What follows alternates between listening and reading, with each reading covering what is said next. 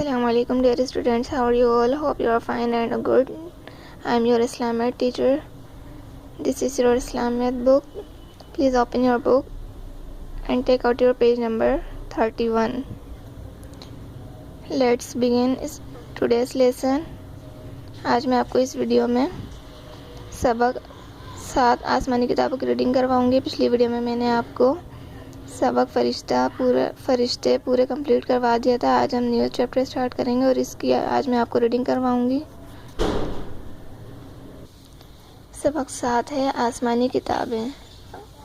यहाँ से हम इसकी रीडिंग करना स्टार्ट करेंगे। अल्लाह ताला ने इंसानों को अच्छी बातें बतलाने और बुराई से बचाने के लिए अपने रसूलों पर आसमानी किताबें नाजिल फरमाईं। यानी कि अल्लाह ताला ने इंसानों को अच्छी बातें बताने के लिए और बुराई से बचाने के लिए जो किताबें नाजिल फरमाई वो कौन सी किताबें हैं? आसमानी किताबें कहलाती हैं। और अल्लाह ताला की नाजिल की हुई किताबों में 4 किताबें बहुत मशहूर हैं और उन तमाम किताबों में जो 4 किताबें हैं वो बहुत मशहूर हैं उन्हें ही आसमानी किताबें कहा जाता है। नंबर 1 है तौरात, नंबर 2 है ज़बूर, नंबर 3 इंजील और नंबर 4 है कुरान करीम। अब यहाँ नंबर 1 पॉइंट है तौरात हज़रत मूसा अलैहिस्सलाम पर नाजिल हुई। नंबर 2 है ज़बूर हज़रत दाऊद अलैहिस्सलाम पर नाजिल हुई। नंबर 3 है इंजील हज़रत ईसा अलैहिस्सलाम पर नाजिल हुई। नंबर 4 है कुरान करीम हमारे प्यारे नबी हज़रत मोहम्मद सल्लल्लाहु अलैहि वसल्लम पर नाजिल हुआ जो अल्लाह ताला के आखिरी नबी और रसूल हैं।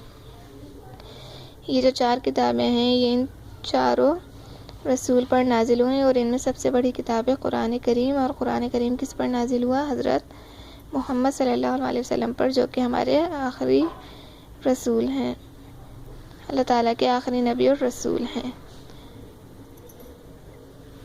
अब हम इस बॉक्स को देखेंगे, इस बॉक्स को पढ़ेंगे। इस बॉक्स में लिखी है याद रखने की बात, यानी कि आपको ये बात जो है वो अपने जहन में बिठा लेनी है। इसे याद रखना है कि कुरान करीम का एक हुर्फ पढ़ने पर 10 नेकियां मिलती हैं। यानी कि अगर हम कुरान करीम का एक लफ्ज़ भी पढ़ेंगे तो उस पर हमें क्या होगा? 10 नेकियां मिलेंगी।